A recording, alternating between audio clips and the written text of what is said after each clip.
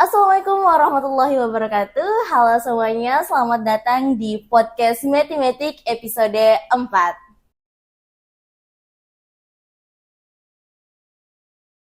Tentunya dengan saya Alni Sari M sebagai host pada Podmet episode 4 ini. Dan kali ini kita kedatangan tamu yang gak kalah luar biasa nih. Beliau adalah koordinator program studi dari bioteknologi, yaitu Ibu Nurul Hidayah, SSI, MSI. Halo Bu, apa kabarnya? Halo, Alhamdulillah baik. Terima kasih sudah diundang ke Podmet ya dari Himatika. Ya, makasih. Nah, hari ini kita akan berbincang nih seputar bioteknologi. Kan kemarin kita sudah berbincang tentang aktuaria dan matematika. Dan hari ini kita akan mengupas tuntas seputar bioteknologi, tentang pengalaman beliau dan sudut pandang beliau tentang bioteknologi. Sedikit bercerita, benar nih Bu, satunya Ibu mengambil jurusan biologi di Universitas Hasanuddin. Iya benar. Terus dilanjutkan lagi di program magister mengambil mikrobiologi di Institut Pertanian Bogor. Iya benar. Oh my God, secinta itu ya Bu dengan Oke, BTW nih Bu, apa sih Bu yang memotivasi Ibu untuk memilih karir di bidang bioteknologi? Baik, jadi seperti tadi sudah diperkenalkan ya, jadi S1 saya dari biologi dari Universitas Hasanuddin. Nah, di sana itu Ibu melakukan penelitian. Jadi awal mulanya itu karena Ibu pernah jadi asisten praktikum dan Ibu merasa tertarik di bidang mikrobiologi, ya, belajar tentang bakteri, makhluk yang kecil yang tidak terlihat oleh mata ya. Kemudian itu yang mengantarkan Ibu sehingga mengambil penelitian Ibu saat itu. Jadi penelitian Ibu S1 waktu itu adalah pemanfaatan bakteri yang bersifat probiotik terhadap pertumbuhan ayam kampung. Wow. Ya. Nah, jadi penelitian Ibu waktu itu memberikan bakteri probiotik ini pada pakan ayam. Nah, nanti kita amati pertumbuhannya dari berat badannya seperti apa, ditimbang setiap bulan seperti itu. Nah, kemudian karena selanjutnya Ibu lanjut studi ya, dan Ibu memang sudah tidak mau jauh-jauh lagi dari mikrobiologi, makanya Ibu sudah mau ngambil langsung konsentrasinya mikrobiologi, jadi ngambil program studinya mikrobiologi. Kan kalau S2 tuh ada yang menyajikan masih biologi ya, tapi Ibu langsung pilih kampus yang menyajikan khusus langsung mikrobiologi. Nah, di penelitian Ibu S2 itu Ibu masih dalam bidang bioteknologi, Ibu mencoba mencari bakteri yang punya aktivitas antimikroba, di mana bakteri ini bisa kita manfaatkan sebagai pengawet ya. Antimikroba yang dihasilkan oleh bakteri ini bisa dimanfaatkan sebagai pengawet makanan. Nah, itu riset Ibu pada S2. Nah, kemudian setelah jadi dosen, Ibu melanjutkan riset-riset yang berkenaan dengan tema-tema tersebut. Jadi tetap di ruang lingkup biologi ya Bu? Iya. Oke. Gini nih Bu, kan Ibu sudah S1-nya 4 tahun, mungkin ya Bu, dan magisternya juga 2 tahun. Bisa tidak Bu Ibu berbagi salah satu pencapaian atau pengalaman yang paling berkesan selama Ibu berkarir di bioteknologi ini? Oke. Kalau ditanyakan pengalaman yang paling berkesan ya, kalau menurut Ibu pencapaian Ibu yang terbaik selama ini boleh dikatakan adalah menjadi dosen PNS ya di Universitas Sulawesi Barat. Ya, kenapa Ibu mengatakan demikian? Bukan pencapaian yang mungkin bagi banyak orang itu bukan pencapaian yang luar biasa ya. Tapi bagi Ibu dengan Ibu menjadi dosen itu bisa membuka ruang bagi Ibu untuk bisa berkontribusi lebih jauh lagi. Artinya seperti apa? Dalam hal pendidikan, Ibu bisa sharing ilmu pengetahuan Ibu kepada mahasiswa, memberikan motivasi kepada mereka, dan Ibu senang melakukan itu. Kemudian dalam segi penelitian, Ibu ingin berkontribusi bagaimana menghasilkan penelitian-penelitian yang bisa membantu menyelesaikan masalah-masalah yang dihadapi oleh masyarakat. Nah, kemudian bagaimana sebenarnya hasil-hasil penelitian ini bisa sebenarnya diaplikasikan dan dimanfaatkan oleh masyarakat. Dan itulah yang masuk menjadi bagian pengabdian kepada masyarakat. Jadi menjadi dosen itu adalah paket komplit, di mana kita benar-benar bisa berkontribusi lebih jauh dan membantu dalam menyelesaikan berbagai permasalahan yang dihadapi, tidak hanya di Indonesia, mungkin secara global di dunia. Seperti itu. Menarik. Oke, Bu. Terus melihat perkembangan bioteknologi nih, Bu, sampai tahun ini. Bagaimana Ibu melihat perkembangan bioteknologi dalam beberapa tahun ke depan? Kan kita tahu sudah banyak tren nih, Bu, yang muncul. Terus apa saja sih, adakah inovasi yang menurut Ibu akan menjadi game changer? Oke, jadi ini pertanyaan yang sangat menarik Ya. ya. Jadi saat ini penelitian-penelitian terkait bioteknologi memang sangat berkembang dengan pesat, ya. Ditunjang dengan kemajuan dari komputer, Komputer. internet, ya, dan engineering tentu saja, ya, teknik. Nah, bioteknologi sendiri kan berasal dari kata bio dan teknologi. Ya, artinya ada biologi atau makhluk hidup dan ada teknologi di situ. Jadi bioteknologi berarti memanfaatkan makhluk hidup untuk memproduksi barang dan jasa yang bermanfaat bagi manusia. Nah, penelitian yang terjadi, yang dilakukan sampai sejauh ini itu bahkan sudah menyentuh bagaimana kita melakukan synthetic biology. Jadi synthetic biology itu bercerita bagaimana kita bisa memodifikasi dan memproduksi suatu senyawa misalnya. Memproduksi suatu senyawa dengan mengubah sesuatu dari organisme itu. Itu synthetic biology.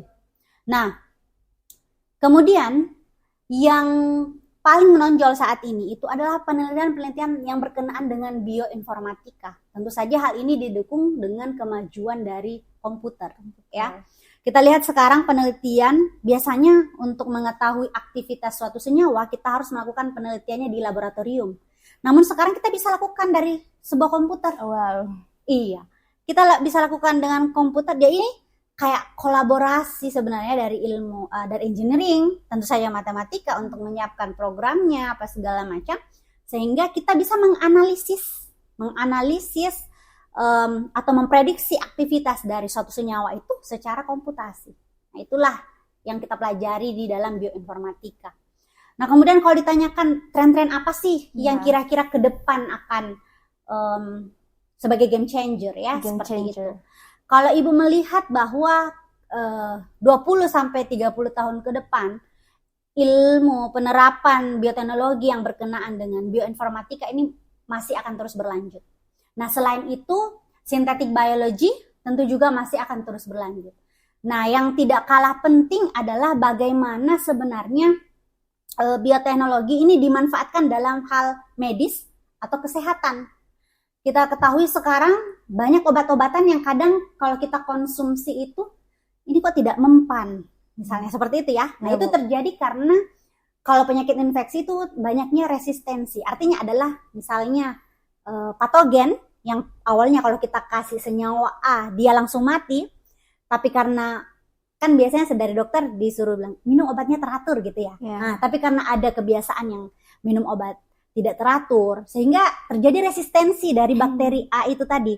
Jadi ketika si bakteri A kita kasih senyawa C yang tadi, dia jadi tidak mempan. Nah, penelitian bioteknologi berperan di situ. Bagaimana menghasilkan senyawa-senyawa, penemuan obat baru yang bisa membunuh si bakteri A tadi.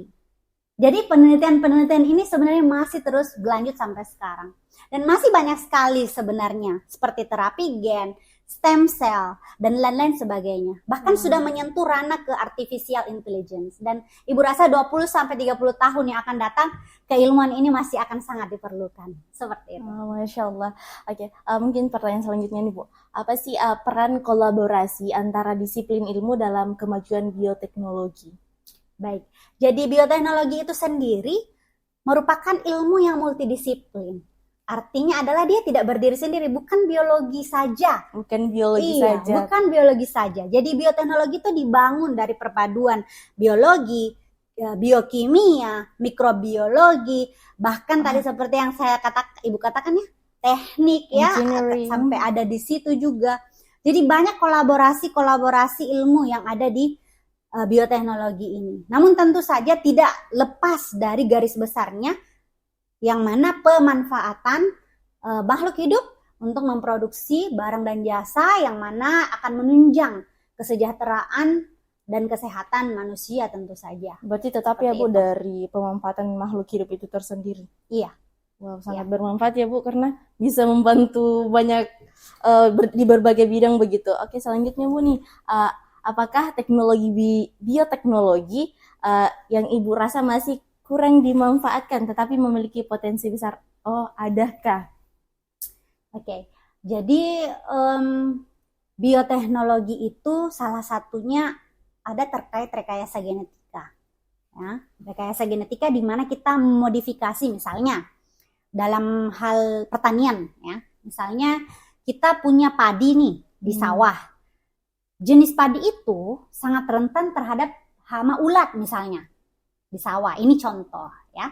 Kemudian kita mengambil padi itu, kita lakukan rekayasa, kita ganti gennya, kita sisipkan dengan gen yang tahan terhadap hama. Jadi ketika kita tumbuhkan padi ini di sawah, maka dia akan tahan terhadap hama ulat tadi. Bisa dimengerti sampai di sini? Wah. Nah, seperti itu. Ibu lanjutkan ya. Menarik juga Bu. Ya. Nah, namun banyak produk-produk seperti itu sebenarnya dihasilkan. Kedelai, ya, kapas, banyak produk seperti itu. Namun, permasalahannya adalah di masyarakat. Di masyarakat itu ada banyak kekhawatiran, ya, terhadap dampak negatif dari produk-produk bioteknologi tadi yang dihasilkan, ya. Kita sebut saja dia GMO, genetically modified organism. Jadi dia direkayasa, ya. Jadi dia adalah organisme hasil rekayasa. Nah, itu banyak penduduk masyarakat yang belum mau menerima. Padahal kalau tadi Ibu jelaskan, ini prospeknya bagus. Artinya adalah kita tidak perlu semprot senyawa kimia, tanaman kita sudah tahan. Wow. Ya kan? Seperti itu. Nah, jadi kalau menurut Ibu sebenarnya memang dalam setiap inovasi, ya, dari suatu penelitian tentu harus selalu tetap dianalisis dampaknya, ya, dampaknya ke depan. Seperti itu. Dan itu yang menjadi PR bagi para peneliti untuk memastikan bahwa produk-produk yang dihasilkan itu aman dan bisa diterima oleh masyarakat. Ya Bu, karena kan kita lihat mungkin masih saya juga ini Bu, masih takut-takut tuh akan dampak dari GMO ini tersendiri, dari produk rekayasa ini tersendiri. Oke Bu, terus sebenarnya ini Bu, apa yang membedakan bioteknologi dan biologi pada umumnya? Kan secara dari namanya beda ya Bu, mungkin memang ada biologinya, cuman dari namanya sudah beda ya Bu. Ya, jadi biologi dan bioteknologi itu berbeda. Berbedanya di mana? Kalau biologi itu adalah ilmu dasar, ya, sedangkan bioteknologi itu adalah ilmu terapan. Jadi dapat dikatakan bahwa bioteknologi ini akarnya dari biologi sehingga melahirkan bioteknologi. Seperti itu. Ternyata berbeda ya Bu, bukan dari namanya memang biologi tapi jelas berbeda. Iya, jadi kalau biologi kayak misalnya kita mempelajari makhluk hidup, interaksinya seperti apa. Nah, kalau di bioteknologi kita mempelajari bagaimana sebenarnya memanfaatkan makhluk hidup ini untuk menunjang kehidupan kita, ya, manusia dan alam sekitar. Okay. Ya. Selanjutnya Bu, apa tujuan dan harapan program studi bioteknologi ini di kampus tercinta kita Universitas Sulawesi Barat? Oke, jadi karena ini adalah program studi yang baru, ya, tentu saja kami berharap yang pertama kami bisa mengundang sebanyak-banyaknya, ya, mengundang sebanyak-banyaknya calon mahasiswa yang terbaik, tidak hanya dari Sulawesi Barat, namun tentu saja kami berharap juga dari seluruh Indonesia, ya, mengundang calon-calon mahasiswa untuk bergabung ke program studi bioteknologi, di mana di program studi bioteknologi kami tentu saja akan membekali mahasiswa-mahasiswa kami dengan berbagai pengetahuan dan keterampilan yang dapat mendukung dan menunjang kemampuannya tidak hanya untuk bekerja secara mandiri, namun tentu saja bisa bekerja secara tim, dalam hal ini menghasilkan produk-produk bioteknologi. Jadi dalam mata kuliah yang kami sajikan tidak hanya terkait teori, tentu kami juga combine dengan adanya praktikum, ya, kemudian juga dengan terbukanya program MBKM, kami sangat mensarankan mahasiswa-mahasiswa kami untuk mengikuti berbagai pertukaran pelajar ataukah magangnya ke industri-industri yang berkenaan dengan keilmuan bioteknologi. Iya, Bu. Seperti itu. Iya, Bu, terkait tadi MBKM kan kemarin nih PKM nih, Bu. Ya. Kebanyakan dari mereka nih membuat sebuah inovasi baru, Bu. Jadi saya rasa tidak jauh-jauh dari bioteknologi tersendiri. Iya. Selanjutnya nih, Bu, apakah ada mata kuliah yang unik dan inovatif dalam program studi bioteknologi ini?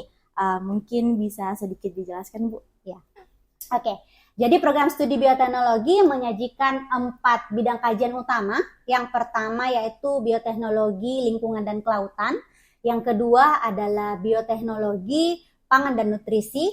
Yang ketiga adalah bioteknologi agrokompleks. Dan yang keempat adalah bioteknologi Yang keempat adalah bioteknologi farmasi dan kesehatan.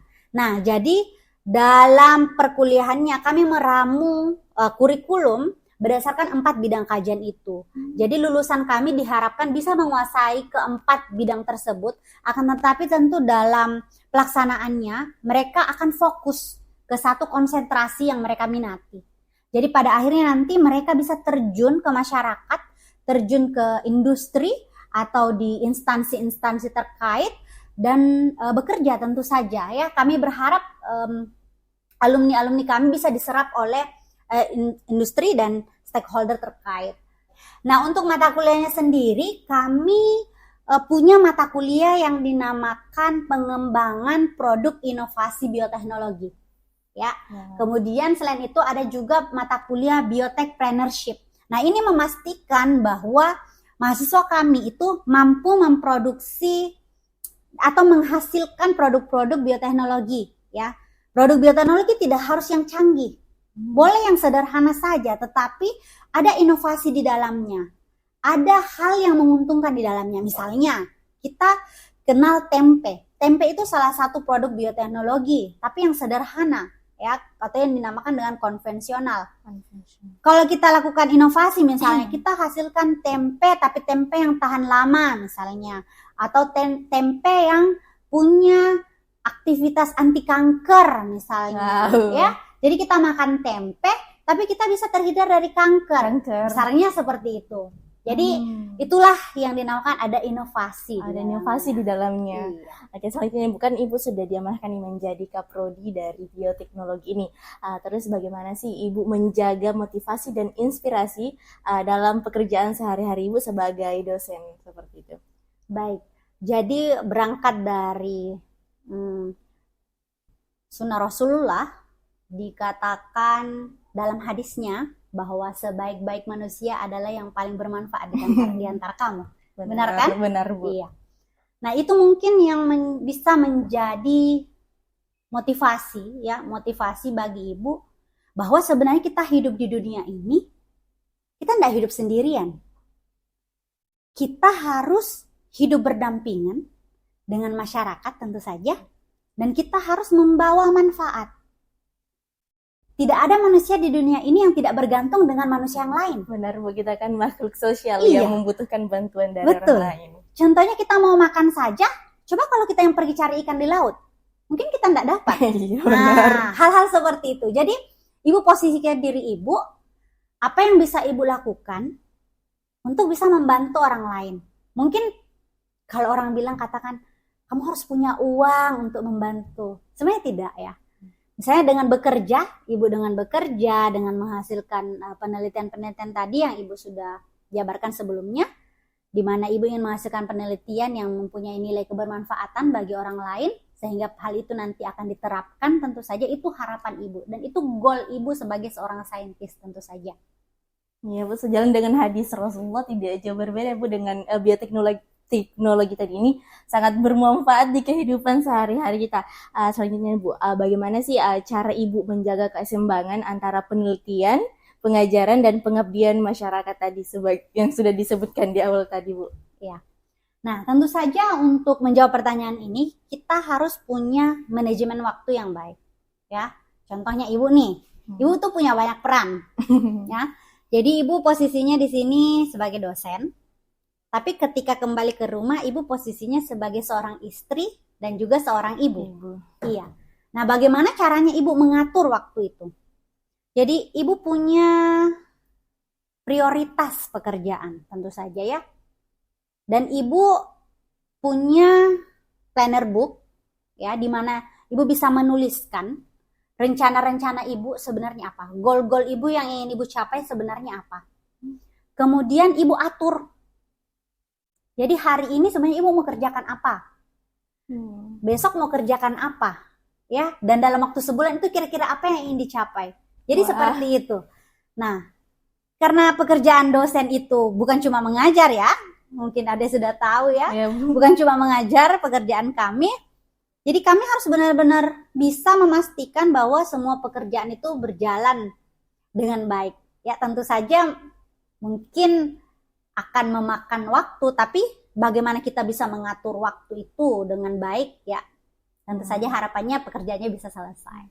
Mungkin sehabis ini Bu pulang ke rumah, ke kos, nanti saya mau buat juga planner booknya. Oke, selanjutnya Bu, fasilitas apa saja sih Bu yang tersedia untuk mendukung penelitian dan praktik laboratorium di program studi bioteknologi ini tentunya? Oke, tentu saja Universitas Sulawesi Barat sudah memiliki laboratorium terpadu ya. Jadi di laboratorium terpadu itu ada laboratorium yang mendukung penelitian-penelitian terkait bioteknologi.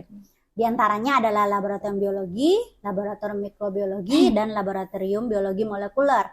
Dan selain itu kita juga punya greenhouse, ya, misalnya ada yang ingin meneliti tentang tanaman dan seterusnya.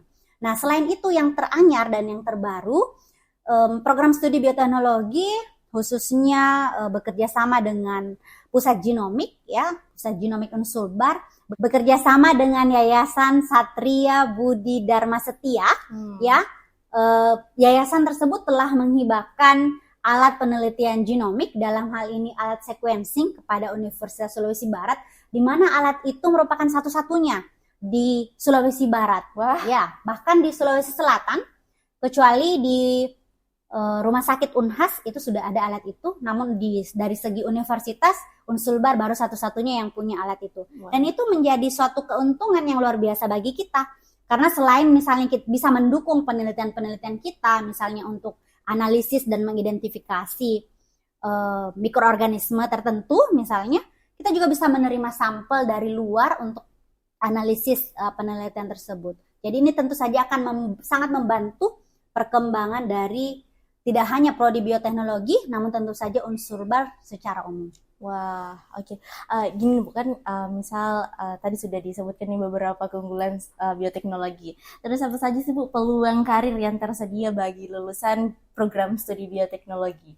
Oke, jadi lulusan dari program studi bioteknologi tentu saja selain sebagai akademisi, ya, bisa juga menjadi seorang peneliti. Ya, kita tahu di Indonesia ini banyak sekali instansi-instansi yang membutuhkan peneliti-peneliti yang memiliki keilmuan bioteknologi. Sebut saja misalnya di BRIN atau di rumah sakit dan seterusnya. Kita lihat rumah sakit banyak kan? Ya, Bu, banyak banget. Nah, kemudian selain itu lulusan bioteknologi juga bisa menjadi praktisi bioteknologi. Makanya tadi dalam mata kuliahnya kami sisipkan kemampuan untuk memproduksi atau melakukan inovasi. Terhadap suatu produk-produk hasil bioteknologi, ya. Jadi untuk bagian praktisi ini mereka bisa bekerja sama dengan industri. Nah, misalnya Ibu kasih contoh, di Indonesia itu ada industri yang memproduksi yogurt. Mungkin Adek pernah minum ya, belinya di minimarket sana. Nah, itu kan perusahaan dari Indonesia. Nah, mereka tentu saja membutuhkan orang bioteknologi yang bisa bekerja di bagian riset and development-nya. Bagaimana melakukan inovasi, ya, dan menghasilkan penelitian-penelitian yang kira-kira bisa menambah daya jual atau menambah nilai dari produk yang dihasilkan dari perusahaan itu. Ya, sebut saja mereknya C. Mori, ya, misalnya itu. Sorry, kita nggak sebut merek di sini ya. Oke, ya. Nah, selain itu, lulusan bioteknologi juga bisa menjadi analis laboratorium, ya, seperti yang Ibu bilang tadi, misalnya kerja di dinas kesehatan atau di rumah sakit, itu sebagai contoh aja. Namun banyak sebenarnya, jadi lulusan bioteknologi itu bisa kemana saja. Seperti tadi kami jabarkan ada 4 bidang peminatan. bidang. Nah, jadi mereka bisa kemana saja. Misalnya mereka mau ke dinas kelautan, terus mereka kalau mau ke dinas perikanan, atau mau ke dinas pertanian, dan seterusnya. Ya, jadi prospek kerja untuk lulusan bioteknologi itu sangat luas, adik-adik. Apalagi tidak hanya di Indonesia. Kalau mereka ingin berkarya atau bekerja di luar negeri, peluang lulusan bioteknologi itu terbuka sangat luas. Kalian bisa jalan-jalan ke Jepang ya, Wow. bagaimana seorang bioteknologi di sana itu punya prospek peluang kerja yang sangat diterima. Sangat diterima. Iya. Oke kan Bu, tadi gini teman-teman Sobat Putmet sudah banyak banget nih yang disampaikan prospek kerja dari program studi bioteknologi. Terus misalnya nih Bu, bisakah Ibu memberikan saran bagi mahasiswa yang ingin menekuni karir di bidang bioteknologi, terutama yang baru memulai perjalanan akademisnya, Bu? Oke. Nah, saran Ibu untuk adik-adik yang baru akan memulai mengambil atau sedang menjalani di program studi bioteknologi, yang pertama adalah kenalan dulu, ya. Kenalan dulu dengan bioteknologi. Nah, karena kata pepatah, tak kenal maka tak sayang. Iya. Jadi Betul, kenalan betul. dulu dengan prodi bioteknologi. Apa sebenarnya yang dipelajari, apa yang dikaji, kemudian apa manfaatnya, kan seperti itu. Nah, setelah kenal lebih jauh, tentu akan menumbuhkan perasaan suka. Nah, kalau sudah suka, kalau sangat suka, bisa tumbuh perasaan cinta, ya. Nah, dari kecintaan itu nanti kita akan bersemangat untuk melakukan pekerjaan kita. Misalnya nih ada tugas kuliah, ada tugas lagi. Tapi kalau kita suka, kita cinta, ada tugas, oke, saya akan selesaikan tugasnya. Jadi seperti itu ya, biar sukses nih dalam karir akademiknya. Berarti intinya Bu, kenalan dulu ya Bu dengan bioteknologi ini. Betul banget, tak kenal maka tak sayang. Selanjutnya nih Bu, siapakah adakah sosok inspiratif di bidang bioteknologi? Biar teman-teman makin semangat nih Bu.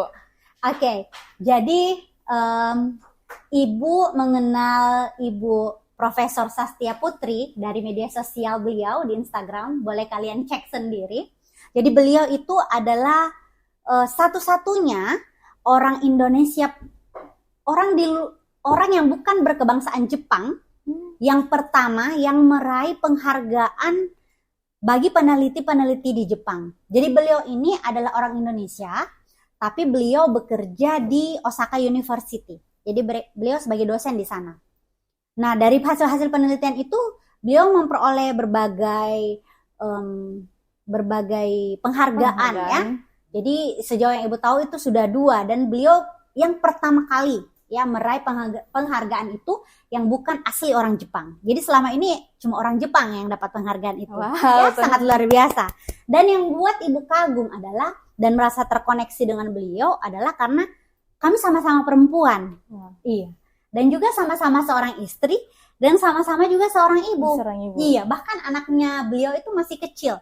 Tapi beliau dengan segala perannya itu, beliau masih bisa berprestasi.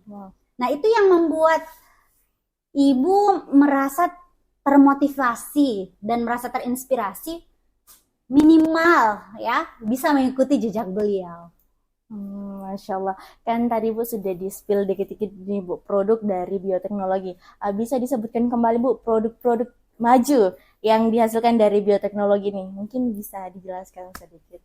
Oke, jadi yang paling jadul sebenarnya antibiotik itu pertama kali itu dihasilkan dari penicillium.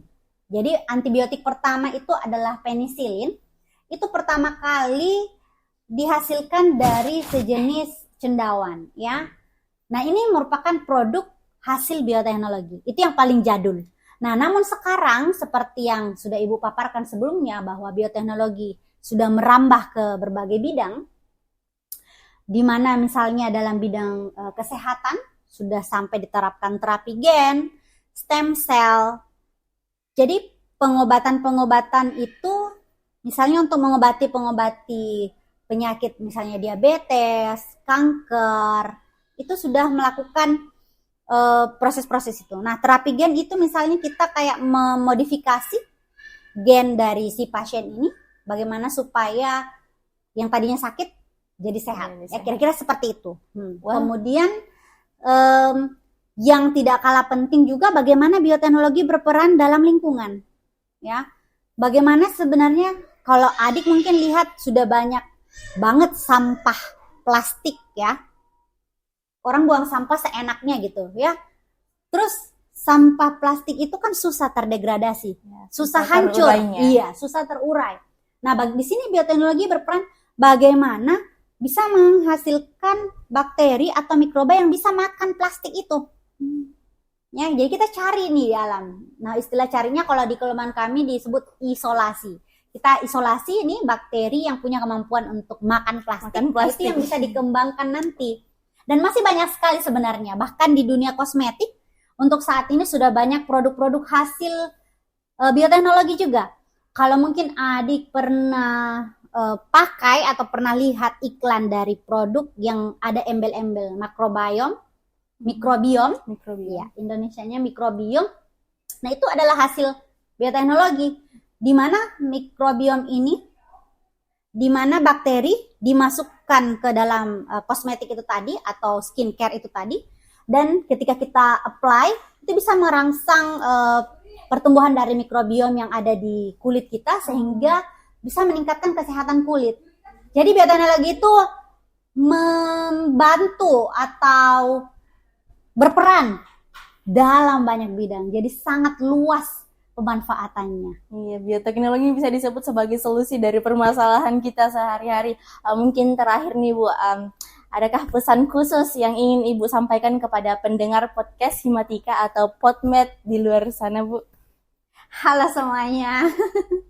Ya, jadi tadi kita sudah berbincang-bincang nih, dan terima kasih Ibu katakan kepada Himpunan Matematika ya, Unsulbar yang telah mengundang Ibu khususnya untuk berkenalan dengan adik-adik semua dan seluruh penikmat Podmed Himatika ini.